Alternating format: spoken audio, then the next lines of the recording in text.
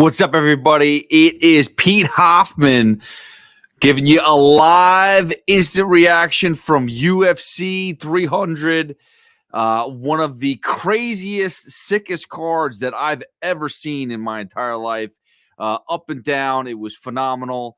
And if you were able to see that live, it was one of the best cards of all time. I wish I could have been there from start to finish. One of the most stacked cards ever.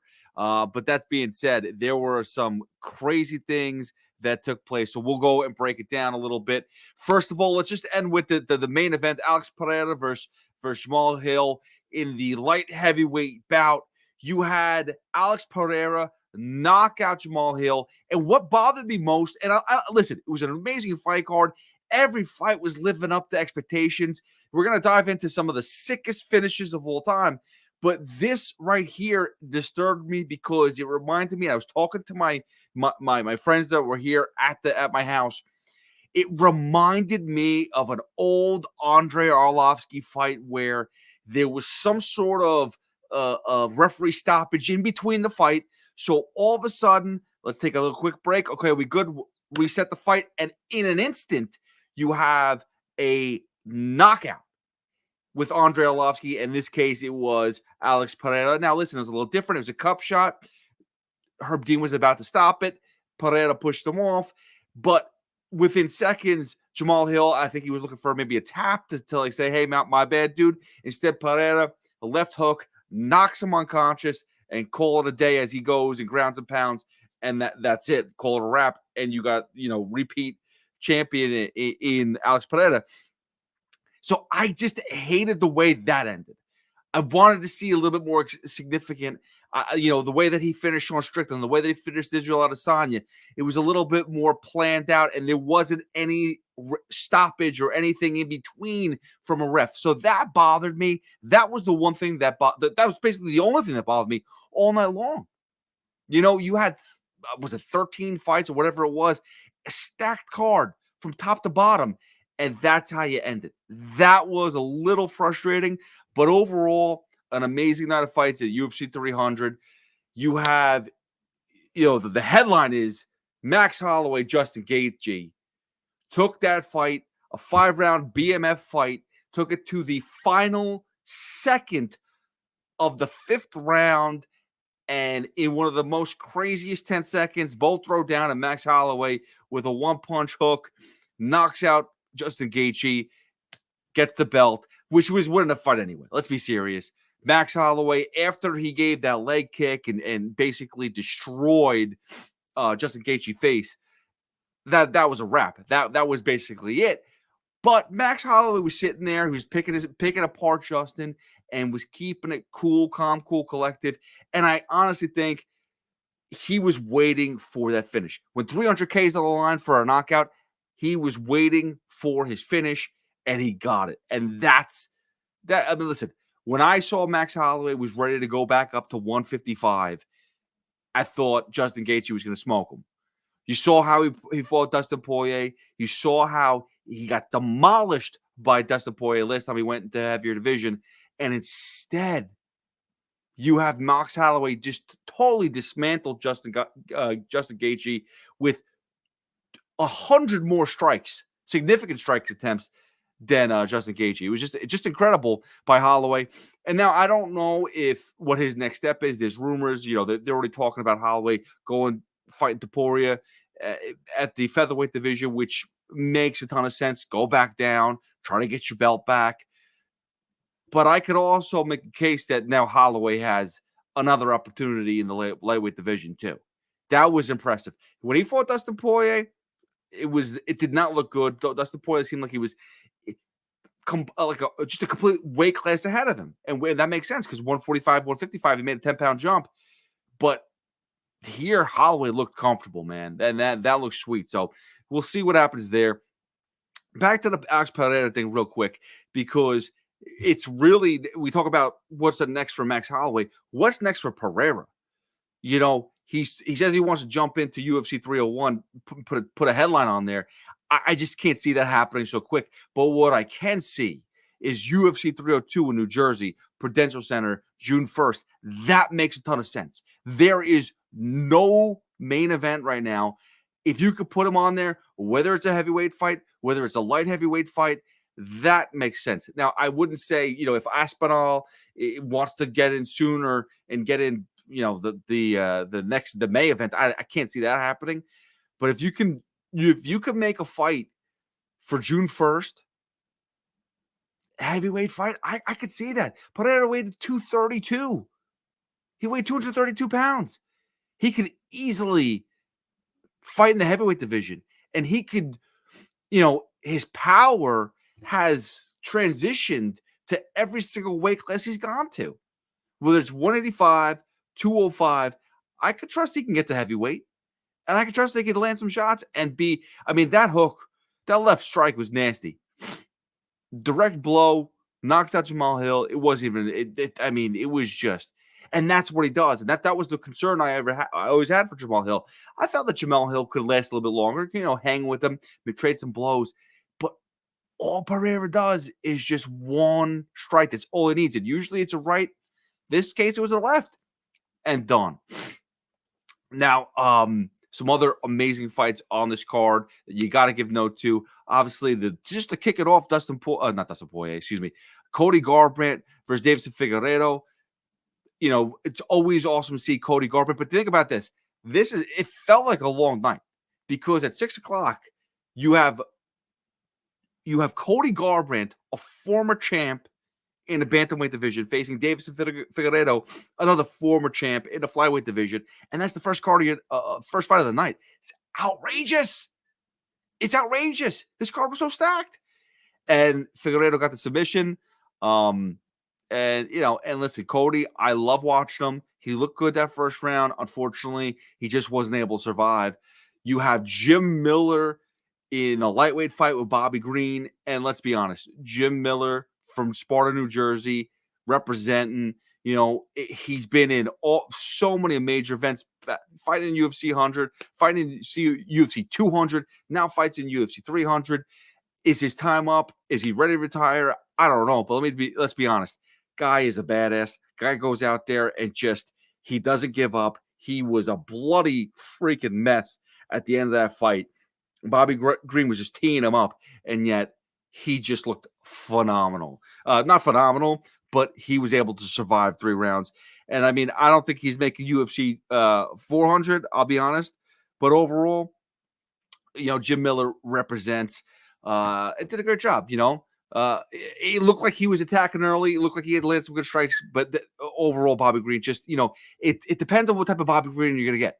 Jim Miller's always going to be the same tactical approach. Bobby Green, can he show up? Is he going to take a shot that it's not unnecessary? He's always got his hands down. He's always trying to land those straight jabs, but he was finding Miller all night long. You had an amazing fight, and let's be serious here. Kayla Harrison defeated Holly Holm, spectacular fashion. I have my doubts with Kayla Harrison. She came from the PFL. I don't think the competition was as good in the PFL, but Holly Holm is a legitimate striker and, a knockout specialist. And Kayla Harrison had no problem finishing Holly Holm and just dismantled her. Now, listen, Holly Holm was a little bit older. Kayla Harrison, it's her first time cutting that much weight. Success, 135.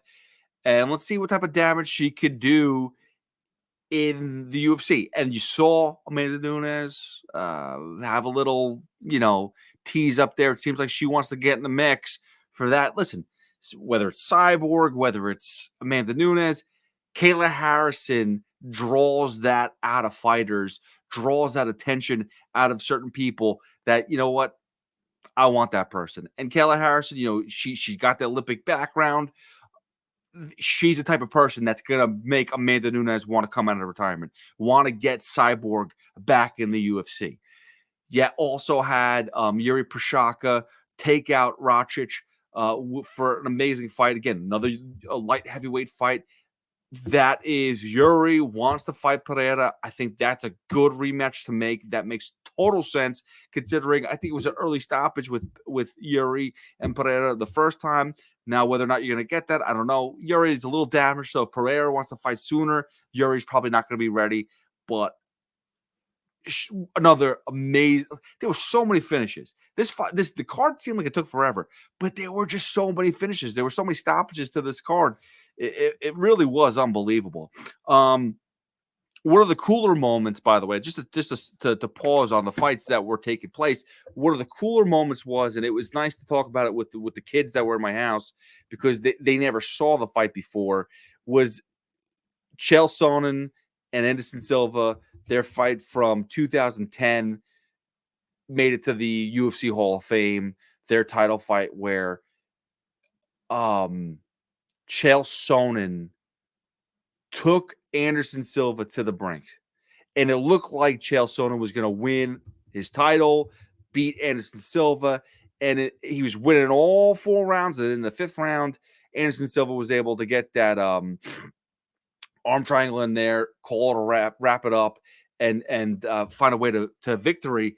And it was just, listen, Chael Sonnen was that was his belt. Like, you think about guys that were so close to winning a belt. Chael Sonnen was right there. Should have had it, didn't have it. Lost in the final minutes or seconds or whatever it was. More minutes in the 5th round. But regardless, he's still a special man. He's still one of the pioneers of the sport.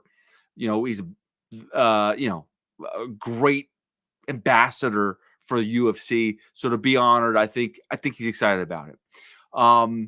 There was a little controversy in the main events too, and the main card between Arman Tsarukyan and Charles Oliveira. Listen, this is the one fight that you went to a decision and you could sit there and say it could go either way.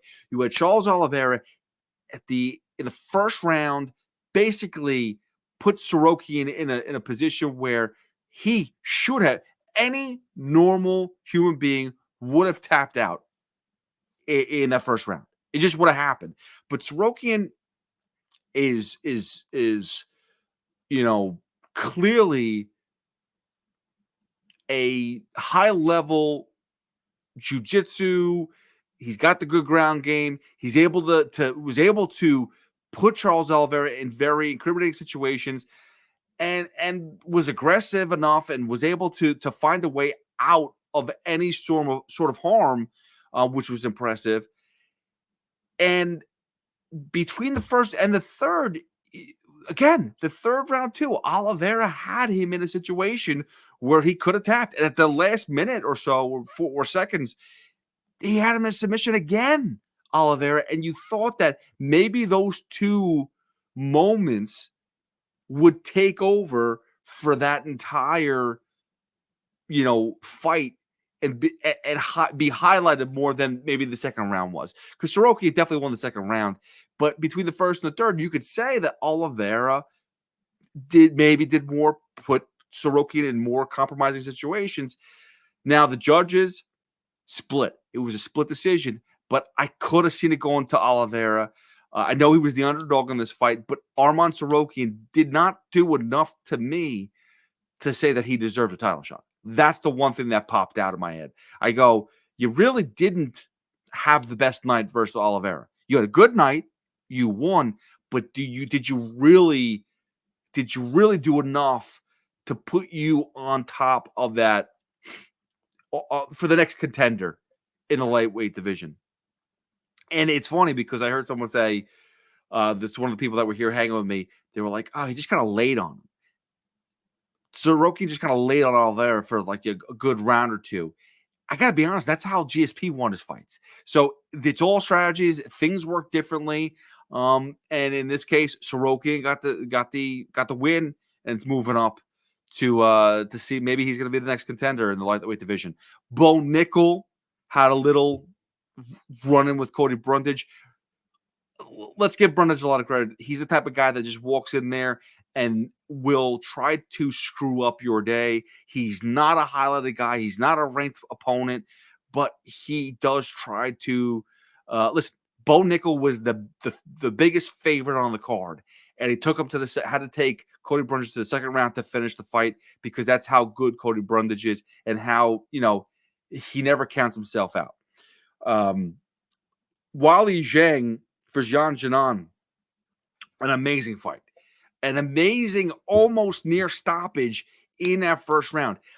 We've seen Merab Dvalishvili, who has been undefeated for quite some time now, or has been on a winning streak for quite some time now, lose his last fight at the end of a fight by being choked out, and being, as the bell rung, he was still out and couldn't stand up, and he lost the fight that way. In the first round, Wale Zhang had Yan in a choke. There was 10 seconds left, and she's not giving up. She's not going to tap out. It's just not going to happen. And when the bell rings for that first round to be done, the only reason why she stood up is because Wally Zhang was getting up and kind of picked her up, and she got on her feet. But she was out cold. They could have called the fight there, and they didn't. And then it turned into a really good 5-round fight that obviously went Wally's way. But Yan had her moments. She really, truly did, and she looked good enough. But to me, my favorite part of the night, Diego Lopez TKOing Sodiq Yusuff.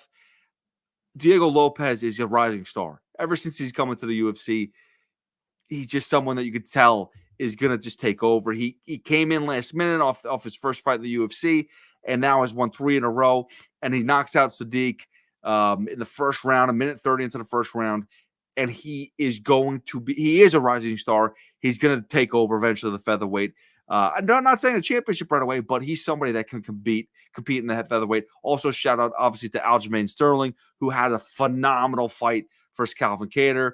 And then you also have Renato Moicano, who, I'm a big Jalen Turner fan, so to see Renato find his way, have his day versus Jalen, I was very impressed. Very impressive, because Renato's one of those guys who came up as a prospect, was supposed to have, a nice run in the lightweight division, and just kind of fell off and kind of got pushed aside.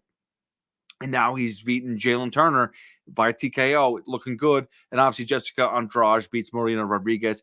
It was a sick night, great card, UFC 300. You look back at UFC 200. The main event was supposed to be Daniel Cormier versus John Jones, and unfortunately John Jones tested positive, days before, and they had to scrap it, and they had to come together with a BS fight for DC, and they kind of had to change who was headlining the card. It didn't deliver as much as the buildup was. This card delivered from start to finish. It was phenomenal. Now, the ending, again, like I said, I wanted to see more of Jamal Hill. I didn't like how Herb Dean, again, walked in there and kind of paused the fight for a split second, but before the knockout happened. But overall, the card was amazing. I mean, from jump, I wouldn't say the stadium was packed from jump, but when you talk about Cody Garbrandt and Davison Figueiredo starting to fight, and the eruption that took place from the beginning of the card, that's a long night of fights, dude. It's almost like 6 to 2. It's almost 2 in the morning now. That's 8 hours of fights, or close to it. That's a long night, and the crowd was there. And I'm looking forward to the next fights that are coming up. Obviously, this next card coming up, the next pay-per-view, the Pantoja fight's a little bit of a letdown. The Essig that he's fighting is just doesn't have that name to him yet. So it's totally going from UFC 300, where the card's stacked top to bottom, to going to UFC 301. Pantoja's not really a household name. It's just a letdown. It just kind of is what it is. But obviously, there's some other names on that card that you'll want to watch. But again, it's almost impossible now to repeat what they just did. You use so many fighters, former title holders. There was 12 champions or one-time champions on this card. It's hard to replicate that. It just is. So obviously 303, UFC 303, it's the International Fight Week. So they're going to try to hype that one up too. But you're not going to be able to replicate that again with what you just pulled off. It's impossible. So the next couple cards might be a little bit weaker just because of who they put on UFC 300. But we will find out. Maybe there's always rumors of this Conor McGregor making a return. We'll see if that happens. But overall, a really, really, really good night of fights. And I'll be back again. Thanks for listening. Thanks for joining live here. This will be up on UFC on WFAN.com, the Odyssey app. Go check it out. WFAN, the Fight Fan with Pete Hoffman, and I will be back. Thank you for listening. Please subscribe wherever you get your podcasts. I will be back. You can always follow me at Hoff WFAN on all social media. And again, I do this podcast all the time. I do fights all the time. I'm on air all the time talking about fights. So just if you're a big fight fan, at Hoff WFAN, let's chat it up. And again, I'll be back on Monday with Brendan Tierney, Sal Licata, Monday, 10 a.m. to 2 p.m., Monday through Friday. And then we do the Rico Bronya podcast if you want to check out that. Also, WFAN Daily Podcast. Again, wherever you download, hit that subscribe button. But thank you very much for listening, and we'll check you later. Again, Pete Hoffman with WFAN. See ya.